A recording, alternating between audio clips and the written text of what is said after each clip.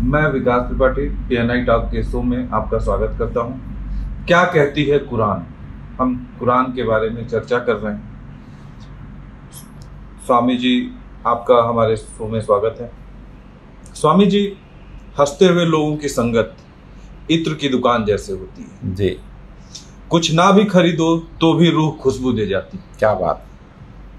आपसे भी इतने दिनों से कुरान के ऊपर चर्चा हो रही है जी। और जाने अनजाने में मुझे कुरान और सनातन धर्म और तमाम तरह की जानकारियां मिलती जा रही है जी। मैं भी उस ऊपर वाले के और अपने धर्म के ऊपर और सभी धर्मों के ऊपर विश्वास बढ़ता चला जा रहा है जी। इसी क्रम में कुरान में एक जिक्र आता है जोड़ों का। ये क्या है? जोड़े, देखिए, जोड़े अल्लाह कहते हैं कि मैंने सारी अपनी मखलूक को जोड़े में पैदा किया। मखलूक में आ जाता है सब कुछ, everything which is materialistic in the world और इन द यूनिवर्स। तो जोड़े का जो इस वक्त आपको ये जानकर बड़ी हैरानी होगी कि हजारों साल पहले कुरान में लिख दिया गया कि मैंने हर चीज़ जोड़े में बनाई। तो देखिए, गधा, कुत्ता, सांप, आदमी, औरत सब तो हैं जोड़े में, हर जानवर, हर जीव जोड़े में है। कुछ भगवान ने सेल्फ रिप्रोडक्टिव भी रख दिए, 2-4 एनिमल्स, वो पढ़ाई के लिए, साइंस की तरक्की के लिए, वो साइंस को ये दिखाने के लिए कि देखो तुम आगे जाकर तुम्हें जब ज़रूरत पड़ेगी तो तुम सिंगल भी रिप्रोडक्शन सिस्टम अपना शुरू कर लेना। कुछ वो भगवान ने साइंस के लिए रखे। तो देखिए, जोड़े में जो भगवान ने लिख दिया अल्लाह ने कुरान के अंदर, तो आपको पता है कि सन 1970-71 में कोई खोज की थी जिसमें नासा ने भी अपना बड़ा भारी ये कमेंट दिया था और सारे वर्ल्ड में कि ये साइंस सारी ये देखकर हैरान होगी कि संसार में जितने भी ग्रह हैं, जितने, जैसे धरती का चांद जोड़ा है, सारे के सारे जितने खरबों ग्रह सब जोड़े में हैं। तो अच्छा। देखिए, कुरान ने हजारों साल पहले लिख दी ये बात कि मैंने सब चीजें जोड़े। तो यहाँ वैज्ञानिक सिर पकड़ कर बैठे हुए हैं कि सब कुछ जोड़े में क्यों है। सब कुछ जोड़े में होने के पीछे कोई कारण है, कोई साइंटिफिक कारण नहीं है, कोई ये रूहानी कारण है। तो जोड़े का ये जिक्र पहले ही कुरान कर रही है।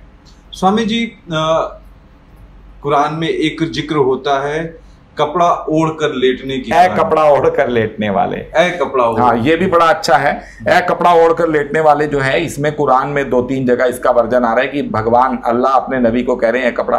तो देखिए, वो जो व्यक्ति भगवान से मिलकर आया अल्लाह से 6 अक्टूबर 2016 की रात को 40-45 सेकंड में सारा ब्रह्मांड बनते हुए देखा, भगवान से मिला, वापस आ गया अपने कमरे में। उसके बाद उसने सारी ये धर्मों का अध्ययन शुरू किया, उसे समझ आई सारी बातें। तो वो जब भी कभी सोता था, लेटता था, तो उसके घर में हर वक्त उसका बीवी से झगड़ा ही रहता था। 47 डिग्री की गर्मी भी हो तब भी वो कहता था मुझे चादर दे दो। तो वो कपड़ा ओढ़कर, शुरू से बचपन से उसकी माँ भी कहती थी कि तू जब तक कपड़ा ना ऊपर दो तब तक तू सोता नहीं था। तो वो कपड़ा ओढ़कर लेटना उसकी एक अपनी एक ऐसी वो थी जो उसे कुरान में पता चली जब उसने पढ़ी कि यह कपड़ा ओढ़कर लेटने वाले, इसका मतलब कि वो व्यक्ति जो है वो कपड़ा ओढ़कर हर वक्त जो है वो सोया नहीं कभी। तो उसको उसकी पहचाने बताने के लिए जगह जगह अल्लाह ने कुरान के अंदर उसको बताया ना, कुरान के अंदर उसके जीवन की हर बात निकल कर आई, उसके कुरान के अंदर लिखी हुई। तो यह कपड़ा ओढ़कर लेटने वाले, उसकी एक विशेष अदा को उल्लेख किया है अल्लाह ने। स्वामी जी, जी, कुरान में एक जगह जिक्र है गधे का। एक जगह नहीं, 3 जगह जिक्र है। 3 जगह जिक्र है। अल्लाह किसे गधा कह रहे हैं? देखिए, अल्लाह जो है गधा किसको कह रहे हैं पहले तो आप समझ लीजिए, फिर लास्ट में आपको बताया जाएगा। एक ही शब्द में बता दिया जाए। अल्लाह एक जगह कह रहे हैं कि सबसे गंदी आवाजों में सबसे गंदी आवाज गधे की होती है। तो शुरू में तो बड़ा चौंका कि अल्लाह अपने निर्माण को कैसे गंदी बता रहा है।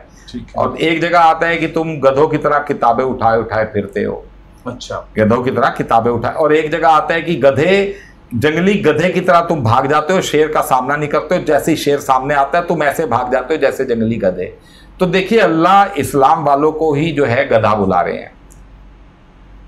ये आपको जानकर बड़ी हैरानी होगी, मगर इसका जब तात्पर्य निकलेगा, जब इस्लाम के भी स्कॉलर्स बैठेंगे, बताया जाए ना जैसे बाप बेटे को डांटता है। ये बड़ी हैरानी की बात है कि किसी भी अन्य धर्म के करीब नहीं है अल्लाह। जो भगवान है ना, जिसे हम भगवान बुला रहे हैं, वो अल्लाह ही है। वो ना सनातन धर्म के इतने करीब हैं। पूजा पद्धति, सनातन धर्म के हाथ में एक जैकपॉट लगा हुआ है कि सनातन धर्म को पूजा पद्धति का पता चल गया कि उसकी पूजा पद्धति क्या है।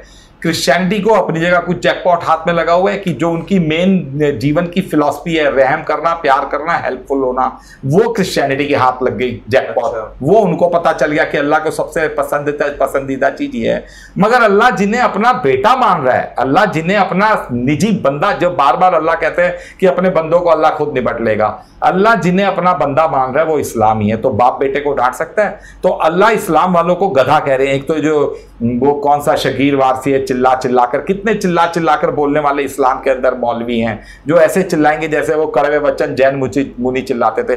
तो अल्लाह एक तो उसको कंडम कर रहे हैं कि ये आवाज जो है, जो ऊंची ऊंची बोलने वाली गधे वाली आवाज है, एक तो कुरान के मतलब नहीं पता, मायने नहीं पता, फिर उल्टा गरज गरज कर तकरीरें कर रहे हो, ऊंचा ऊंचा खुतबा दे रहे हो। खुतबा समझते हैं आप?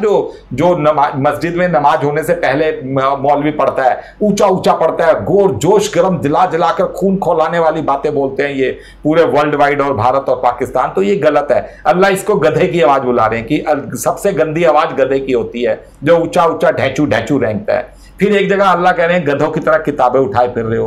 तो वो अल्लाह इस्लाम वालों कह रहे हैं कि कुरान उठा तो रखी है, हाफिज बने हुए, हिफ्ज कर रखी है, मगर तुम्हें कुरान के मायने नहीं पता।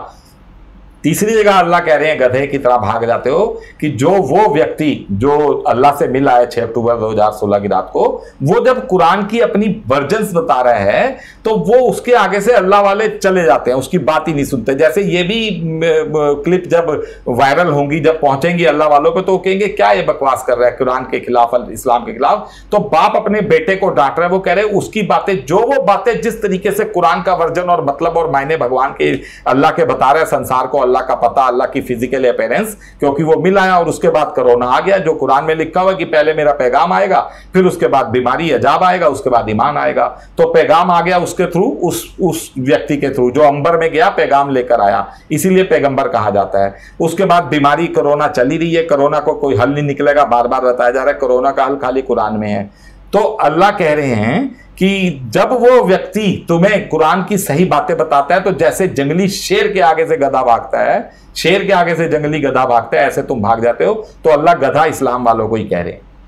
स्वामी जी, एक बहुत ही जो है अजीब सा सवाल है मेरा। जी जी जी। अजीब इसलिए कहूंगा कि जो वो आपका शख्स है जो कुछ सेकंडों में जो ब्रह्मांड घूम के आता है, अल्लाह को, महादेव को, माँ दुर्गा को और श्री कृष्ण को देख के आता है, एक ही व्यक्ति है, उसी के रूप, उसी के रूप। उस आदमी को अरबी जानता है, उर्दू जानता है? नहीं जानता। वो ना अरबी जानता है, वो आपको ये बहुत जानकर हैरानी होगी, ना तो वो अरबी जानता है ना वो उर्दू जानता है। तो फिर वो एक्सपर्ट कैसे होगा? हाँ, ये बात कुरान का एक्सपर्ट कैसे? नहीं, अरबी और उर्दू नहीं जानता वो। यही बात है विकास जी, वो अरबी और उर्दू नहीं जानता। वो कुरान का एक्सपर्ट ऐसे हो गया कि जैसे मान लीजिए कोई अंग्रेज है, तो वो तो कभी गीता का एक्सपर्ट हो ही नहीं पाएगा, आपके मुताबिक नहीं हो पाएगा ना, क्योंकि उसको तो हिंदी नहीं आती। तो ये सबसे बड़ी गलतफहमी है। जिन्होंने भी इस कुरान का वर्जन किया हिंदी के अंदर, जिन लोगों ने भी, उनको सत सत नमस्कार, सत सत प्रणाम। उस कुरान को जो अरबी में लिखी हुई है उसी को हिंदी में हूबहू उतार दिया।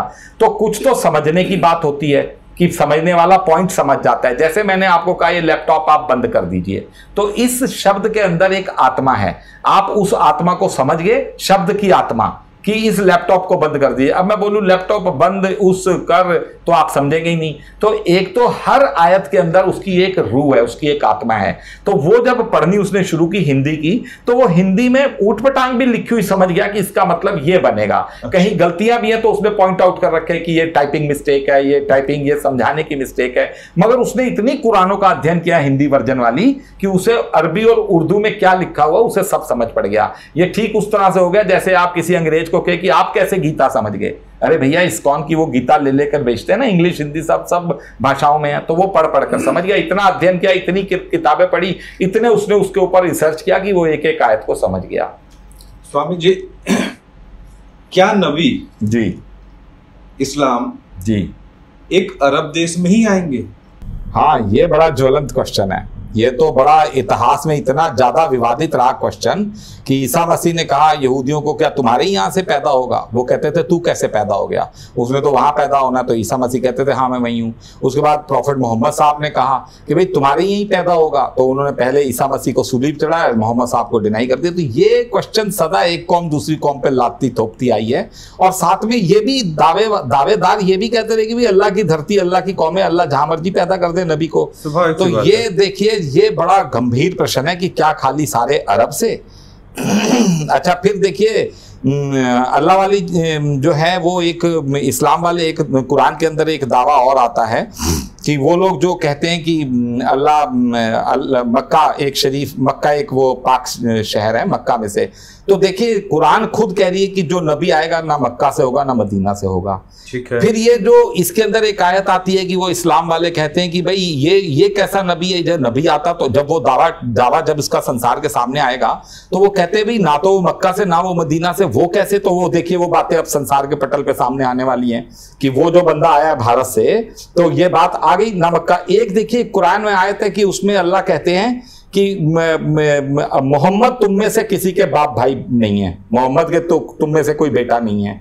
तो इसका मतलब आउट ऑफ इस्लाम आ गया नबी। इस आयत का यही मतलब है, जब मोहम्मद तुम में किसी तुमसे कोई मोहम्मद का बाप बेटा नहीं है, कोई रिश्ता नहीं है आपस में, तो इसका मतलब अच्छा वो तर्जुमे वाले येन केन प्रत्ययन आपको पहले ही बताया, तर्जुमे वाले जबरदस्ती घिसेड़ के उसे पूरा कर देते हैं जी मोहम्मद साहब के बेटे थे, वो बेटे मर गए इसीलिए वो कहते हैं कि तुम में से कोई मोहम्मद साहब का बेटा नहीं है। नहीं, बेटे तो थे, उसको जबरदस्ती घुसेड़ा जा रहा है, जबकि इसका क्लियर कट मतलब है कि इस्लाम से नहीं होगा रसूल। एक आयत आती है कि तुमको क्या पता क्या था ईमान, तुमको क्या पता क्या थी किताब, तो इसका मतलब आउट ऑफ इस्लाम हो गया। 5 साल के बच्चे को बता देते हैं कलमा ये, किताब ये, कुरान ये, तो इसका मतलब ये जितनी भी आयतों का विश्लेषण होगा, जब आलिम बैठेंगे फिलोसफर बैठेंगे, तो ये कुरान ही बात कह रही है कि इस्लाम में से नबी नहीं होगा, नबी आउट ऑफ इस्लाम होगा। और वो हो ही गया, भारत से हो गया, सनातन धर्मी हो गया, कल की अवतार के हिसाब से ब्राह्मण कुल में आ गया, जिस भारत के क्षेत्र में पैदा होना उसी क्षेत्र से पैदा हुआ, जिस निर्धन परिवार से आएगा वो हो गया, जो जो उसमें पहचाने दी हुई हैं सब हो गई। पहचाने उसकी तो उसकी कुरान की भी पूरी होगी, ज़ुबर की भी पूरी होगी, तौरात की भी पूरी होगी, इंजील की भी पूरी हो गई, सारी पहचाने पूरी हो गई हैं। 36 पहचाने, 36 की 36 पिछले वीडियो में बता रखी हैं, उसके साथ मैच कर रही हैं। और कुरान की इन आयतों का मतलब कि वो जो आएगा वो आउट ऑफ इस्लाम होगा। और फिर देखिए सारी बात ले देकर निचोड़ एक बता दी जाए, कई विवादास्पद बातें भी बन जाएंगी। जैसे उसने कहा कि खुतबे में बोलते हैं, तो उसको कई उसके दोस्तों यारों ने, अल्लाह वाले तो उसके सैकड़ों दोस्त यार हैं, उन्होंने एतराज उठाया। कभी वो तकरीर करता है मजलिस, वो अपने यहाँ ऑफिस में रोज कुरान की बातें बताता है, अपने सर्कल में हर जगह वो बदनाम हो चुका है सनातन धर्म वालों के यहाँ। जिन ऑफिसों में जाता है सब उससे एक हिकारत की नजर से देखते हैं कि हर वक्त अल्लाह अल्लाह करता रहता है, अल्लाह बिस्मिल्लाह उसका एक तकिया कलाम ही बन गया है, और वो कुरान की बातें करता है अपने सारे सर्कल में। बस ये है कि थोड़ा उस पर 2-4 पैसे भगवान ने उसे दे भी रखे हैं, इज्जत भी दे रखी है, उसकी वजह से शायद उससे कोई मुंह पे तो कोई खुल के बोल नहीं रहा। मगर ये जरूर है कि इसके साथ विरोधाभासी बातें आ जाती हैं कि जैसे जी किसी ने कहा खुतबे में, तो वो कहता है कि मैं हाथ जोड़ के माफी मांग रहा हूं इन सब बातों की। जिसको एपिसोड में कोई भी बुरी बात लगे वो उसके जिस्ट में जाए, निचोड़ में जाए कि ये कह क्या रहा है, ये किस किताब को सिर माथे लगाकर किस किताब के मैसेज से संसार को सतयुग में एंट्री करवाना चाह रहा है, वो है कुरान। और जो भगवान जो धरती के ऊपर सतयुग में जिस धरती को बदलने की भगवान तैयारी कर चुके हैं वो है अल्लाह। स्वामी जी हमारी चर्चा चलती रहेगी कुरान के ऊपर जी। हम अपने दर्शकों का सलाम करते हैं और उनके द्वारा जो है जो भी हमें प्यार और मोहब्बत मिल रही है उसको भी स्वीकार करते हैं। स्वामी जी आपका इस कार्यक्रम में एक बार पुनः स्वागत है, और आगे भी हम धन्यवाद क्या कहती है कुरान की इस चर्चा को जारी रखेंगे। जी बहुत बहुत धन्यवाद। नमस्कार।